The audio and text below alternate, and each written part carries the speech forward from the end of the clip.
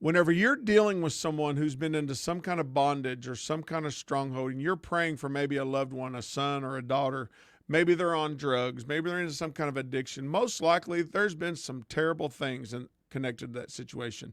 People struggling with addiction, they steal, they're thieves, they act awful. But what you have to keep in mind is that person in their right mind would not act like that. They have the mind of that spirit that's controlling them right now, that addiction. For someone who is dealing, I keep coming back to addiction. I hope this is helping someone dealing with that specifically. I guess the spirits lead me that way. It seems to be such a prominent issue in our society. For someone who's dealing with an addiction, to not have another drink, all of you that are with me the last few weeks, and we've been fasting, you know how strong the urge is to eat?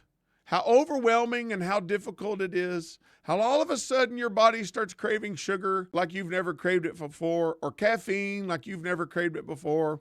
Say you may not even normally eat till 10, 11 o'clock in the morning, but now because you said you're on a fast, you're starving. You feel like you're about to fall over at 8 o'clock in the morning.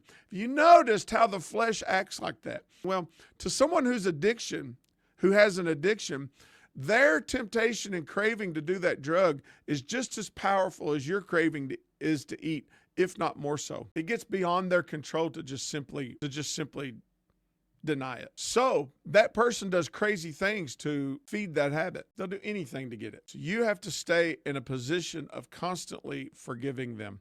And I know it's harder while you're still in the battle than it is once it's over. Once the situation is over with, it's easier to forgive someone and move on. But you have to continually forgive them. Why is that important? Because if you start getting a bitter heart, number one, it's going to hurt you. You don't want to be affected by their bondage any more than you already are. Right now, I forgive them. In the name of Jesus, I forgive them.